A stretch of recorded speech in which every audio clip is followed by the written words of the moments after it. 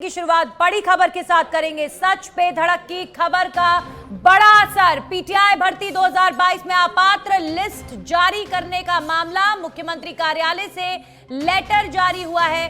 फर्जी अभ्यर्थियों को डिबार के संबंध में जवाब मांगा गया है। वंचित अभ्यर्थियों को लाभ देने के संबंध में भी लेटर जारी हुआ है। आपको बता दें, पीटीआई भर्ती 2022 के इस मामले को अपात्र अभ्यर्थियों के डमी कैंडिडेट्स के मामले को सच बेधड़क ने प्रमुखता से उठाया था। इस पर डिबेट भी की गई थी। सरकार तक इस आवाज को पहुंचाया गया था। यह आवाज उन तमाम स्टूडेंट्स की आवाज है जो लोग ऑनेस्टी के साथ, ईमानदारी के साथ अपना एग्जाम देते हैं, लेकिन कई बार पेपर लीक कारण हो, चाहे डमी कैंडिडेट्स का मामला हो, ये तमाम ईमानदारी से एग्जाम देने वाले लोगों के साथ जस्टिस नहीं हो पाता। तो पीटीआई भर्ती परीक्षा 2022 की इस गड़बड़ी को जब सच बेधड़क ने उजागर किया, उसके बाद अब मुख्यमंत्री कार्यालय से लेटर जारी हुआ है। फर्जी अभ्यर्थियों को डिबार के संबंध में जवाब मांगा गया है।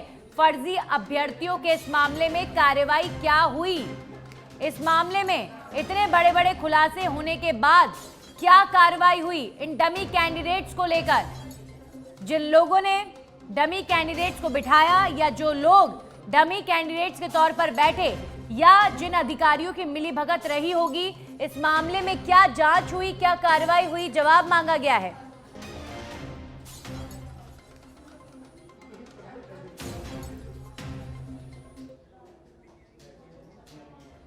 और हमारे साथ रामचरण जाट जुड़े हैं जो खुद एक पीटीआई अभ्यर्थी हैं। रामचरण जी, इस मामले को सच बेधड़क ने उठाया। पीटीआई भर्ती परीक्षा में किस तरीके से गड़बड़ झाला हुआ था, किस तरीके से डमी कैंडिडेट्स ने एग्जाम दिया और ईमानदारी से जो लोग पेपर देते हैं उनके साथ अन्याय हुआ। इस मामले में अब जवाब तलब किया गया है मुख्यमंत्री कार्यालय की तरफ से। क्या आपको लगता है अब न्याय मिलेगा? जी बिल्कुल मैडम, मैं रामचरण त्याग निवेदन कर रहा था। और मैडम, पीटीआई भर्ती का अभ्यर्थी हूँ मैं भी। हम कल सीएम साहब से मिले थे, तो सीएम साहब ने ओएसडी साहब को आदेश देके गए थे कि इनकी भर्ती है, उसको देखे आप। तो आज ओएसडी साहब विकास राज जी भाई साहब के पास गया था मैं। 2 दिन पहले उनको लेटर दे के आए थे हम, जो शिकायतें थी वो प्रूफ दे के आए थे। उन्होंने आदेश जारी किया है। सीएमओ नवीन जैन जी अपने सीनियर आईएएस हैं, शासन सचिव जी, उनको शिक्षा के, और वो यही वहां से भाई साहब ने यही बोला है कि 3 या 4 दिन में बीकानेर से आपकी प्रतिलिपि का जवाब आएगा। और आपकी भर्ती के लिए सीएम साहब ने खुद ने यहाँ सीएमओ में बोला गया है अधिकारियों की इस भर्ती में बहुत बड़ा घपला हुआ। किस तरीके के घपले हुए, कैसे आपने सरकार तक अपनी आवाज पहुंचाई? क्योंकि सरकार के कानों तक अपनी आवाज पहुंचाना ये भी अपने आप में एक बहुत बड़ी चुनौती रही होगी आपके लिए। हाँ मैडम, मैं सांगानेर से, हम 10-5 विद्यार्थी हैं जो वंचित है इस भर्ती में, और जो अपने मुख्यमंत्री है उनके कार्यकर्ता भी हैं।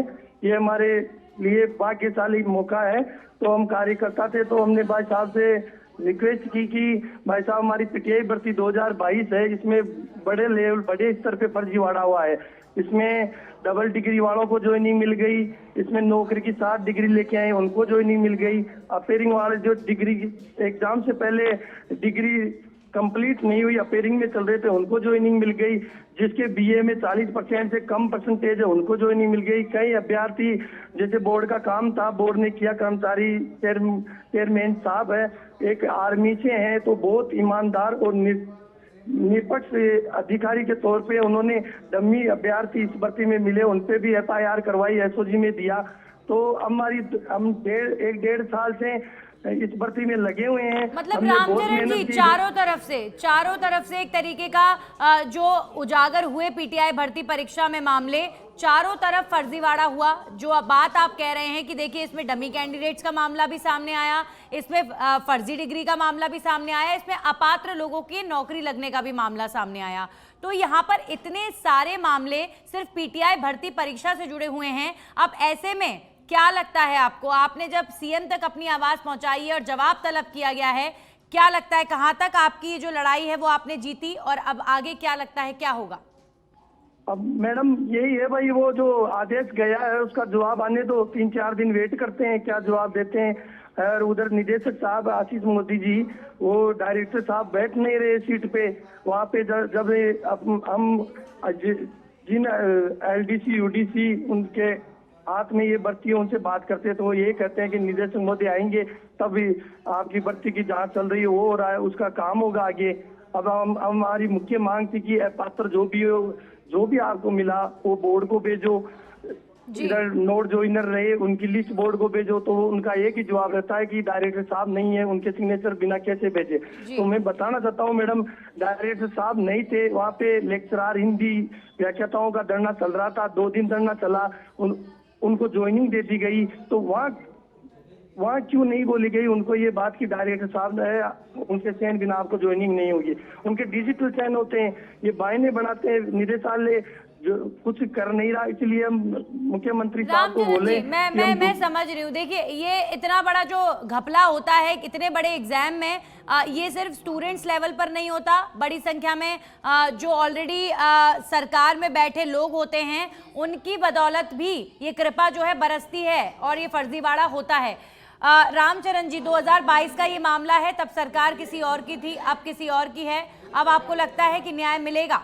और क्या दर्द महसूस करते हैं एक अभ्यर्थी के रूप में कि जब जेन्युइन लोगों को नौकरी नहीं मिल पाती और ऐसे फर्जीवाड़े करने वाले लोगों को नौकरी मिल जाती है? कराने के और जल्दी कराने के आदेश दूंगा मैं खुद को। और मैंने डिप्टी CM साहब डॉक्टर प्रेमचंद जी को भी बताया है ये मामला, और फिर मुख्यमंत्री साहब को बताया है मैंने और आज उनके OSD साहब से अभी जस्ट मेरी मुलाकात होके मैं आया हूँ। उन्होंने लेटर जारी किया, बोर्ड को कल लेटर चला जाएगा। बीकानेर को 4 दिन का समय बता रहे हैं कि 3 से 4 दिन तक आपका जवाब आ जाएगा। मैं बोला जो भी जवाब आएगा भाई साहब पॉजिटिव आता है तो आपका बहुत बहुत धन्यवाद, नेगेटिव आता है मैं साहब को फिर बताऊंगा। हम तो यही कर सकते, एक विद्यार्थी है, हम कहाँ तक कितने घूमेंगे ना, हमारे आर्थिक स्थिति भी कमजोर रहती है, हम किस अधिकारी किस मंत्री इनके पीछे पड़े रहेंगे। बिल्कुल, ये बहुत बड़ी बात है। आप जैसे अभ्यर्थी, आप जैसे विद्यार्थी इस तरीके से आवाज उठा रहे हैं तो आने वाली जनरेशन्स को भी इसका फायदा होगा। लेकिन PTI भर्ती परीक्षा में किस तरीके से फर्जीवाड़ा हुआ, किस तरीके से तमाम जो लोगों को नौकरियां मिली, उनकी डिग्री के माध्यम से वो अपात्र साबित हो रहे थे लेकिन फिर भी उन्हें नौकरियां मिली, इसमें आपको क्या लगता है कुछ अधिकारी भी शामिल रहे होंगे?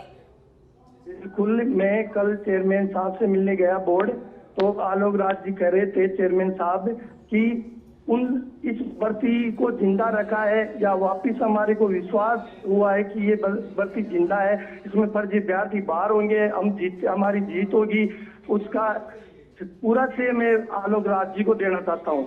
उन्होंने हमारी बहुत पुरजोर मांग उठाई है और मेहनत भी कर रहे हैं, जांच भी करवा रहे हैं। हमने बोला कि जो ये आचार संहिता लग रही थी, कांग्रेस की गवर्नमेंट की, चुनावों का समय था, दौर था, तभी हमने ये बोला साहब को कि साहब इसमें गलत से फर्जी अभ्यर्थियों को ज्वाइनिंग दी जा रही है। रामचरण जी, मांग क्या है? आप सब जो आवाज उठा रहे हैं क्या है? अब PTI भर्ती परीक्षा में क्योंकि भर्तियां भी हो गई हैं, अब सरकार किस तरीके से न्याय दे सकती है? क्या मांगे आपकी? हमारी मुख्य मांग यही है भाई, इसमें जो डबल डिग्री वाले हैं और डमी स्टूडेंट है या क्या नाम से अपन बोले 40% से कम BA ग्रेजुएशन में है, डिग्री लिया है, बैक डेट में डिग्रियां हैं, नौकरी के दौरान डिग्री लेके आए हैं, इनकी निष्पक्ष और पारदर्शिता के साथ जांच करा के उनको डीबार किया जाए और जो वंचित विद्यार्थी और जो ईमानदारी से डिग्री लेके आया, मेहनत करा है, उसको नौकरी दी जाए। रामचरण जी, कितने स्टूडेंट्स का जो भविष्य है वो अधर में लटका होगा इसकी वजह से? PTI भर्ती परीक्षा की अगर मैं पर्टिकुलर बात करूं, मैं सिर्फ इस पर प्रकाश इसीलिए आपसे डलवाना चाह रही हूं क्योंकि देखिए, जब पेपर लीक होता है या किसी भी सरकारी एग्जाम में कोई फर्जीवाड़ा होता है तो बड़ा दुख और दर्द उस ईमानदार परीक्षार्थी को होता है जो एक्सपेक्टेशन के साथ जाता है कि मेरा एग्जाम अच्छा गया, शायद मेरा सिलेक्शन हो जाए, लेकिन फर्जीवाड़ों की वजह से नहीं हो पाता। कितने ऐसे लोग होंगे आपके जैसे?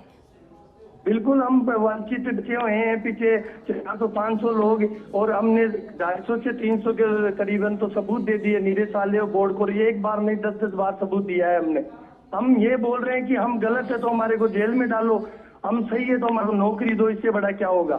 कौन सा ऐसा मंच नहीं है राजस्थान का राजनीतिक हो चाहे प्रशासनिक हो, जो हमने छोड़ा इस भर्ती को गिड़गिड़ाया नहीं उनके सामने कि इस भर्ती में बहुत बड़ा लेवल पे फर्जीवाड़ा हुआ है, इस भर्ती में ऐसे ऐसे विद्यार्थी मिले हमारे को जो राजस्थान पुलिस में लगे हुए हैं, कोई किस डिपार्टमेंट में लगा, कोई एलडीसी लगा हुआ है, नौकरी के दौरान डिग्रियां लाके डायरेक्ट और नौकरी पा रहे हैं। ऐसी यूनिवर्सिटियां मिली है जिनकी मान्यता प्राप्त नहीं है और वो नौकरियां कर रहे हैं।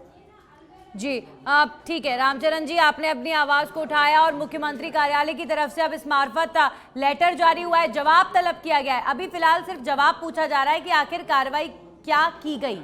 अब आगे इस मामले में जब जवाब दिया जाएगा उसके बाद जांच भी हो सकती है। यह बहुत महत्वपूर्ण मुद्दा है कि आप देखिए, कोई भी कॉम्पिटिटिव एग्जाम प्रदेश में होता है तो उसमें अगर कोई भी गड़बड़ झाला होता है तो बहुत सारे स्टूडेंट्स का जो भविष्य है वो अधर में लटक जाता है। ये स्टूडेंट्स की पीड़ा है, ये आपकी पीड़ा है और उम्मीद हम यही करेंगे कि अब ये नई सरकार आपको न्याय दिला पाए। शुक्रिया तमाम जानकारियां जो आपने हम तक पहुंचाई, आपने अपनी पीड़ा को रखा। उम्मीद है कि आपकी इस लड़ाई में आपको सफलता मिलेगी। चलिए, और हमारे सहयोगी कुणाल, जिन्होंने विशेष रूप से पीटीआई भर्ती फर्जीवाड़े को कवर किया, बहुत सारी इंफॉर्मेशन आप तक पहुंचाई, उनका रुख कर लेते हैं। न्यूज रूम से जुड़ गए हैं कुणाल। इस मामले को सच बेधड़क ने प्रमुखता से उठाया, इस पर डिबेट भी की और वाकई खुशी हो रही है इस बात पर कि सरकार ने इस मामले में अब सुनवाई भी करी, लेकिन अब कंक्लूजन निकलना चाहिए और मुकम्मल होनी चाहिए कार्रवाई। सिर्फ ये नहीं कि जवाब तलब हो गया और आगे जांच अधर में लटक जाए। कुणाल जी नंदी, आपको बता दूं कि 2022 में ये पीटीआई भर्ती हुई थी, क्योंकि 2018 में भी पीटीआई भर्ती जब हुई थी तो उसमें फर्जीवाड़े की आशंका हुई थी और बड़े स्तर पर फर्जीवाड़ा हुआ था, लेकिन उसमें कोई सख्त कार्रवाई नहीं हुई। जो 2022 है भर्ती हुई थी तो उसमें बाकायदा भर्ती होने से पहले ये सरकार को कह दिया गया था कि आशंका है फर्जी डिग्री वालों की। बाकायदा सरकार को इसमें लेटर लिखा गया, उसके बाद भी कोई सख्त कार्रवाई नहीं हुई, कोई सख्त कदम नहीं उठाए गए उस समय। फिर उसके बाद जब भर्ती हो गई, क्योंकि सितंबर में ये भर्ती हुई थी और अक्टूबर में इसका जो है नतीजा आया था, उसके बाद से लगातार जो है इस भर्ती पर सवाल खड़े हुए। चाहे डमी कैंडिडेट की बात कर ले, फिर चाहे हम बात कर ले जो फर्जी डिग्रियों का मामला सामने आया, उसमें बाकायदा 2023 जनवरी में बोर्ड के द्वारा, जो राजस्थान कर्मचारी चयन बोर्ड है, उसके द्वारा कहा गया कि हम कार्रवाई करेंगे, लेकिन उनके द्वारा कोई सख्त कार्रवाई नहीं की गई। ये बात है जनवरी 2023 की। उसके बाद अगर हम देखें तो लगातार इस भर्तियों को लेकर सवाल खड़े होते रहे।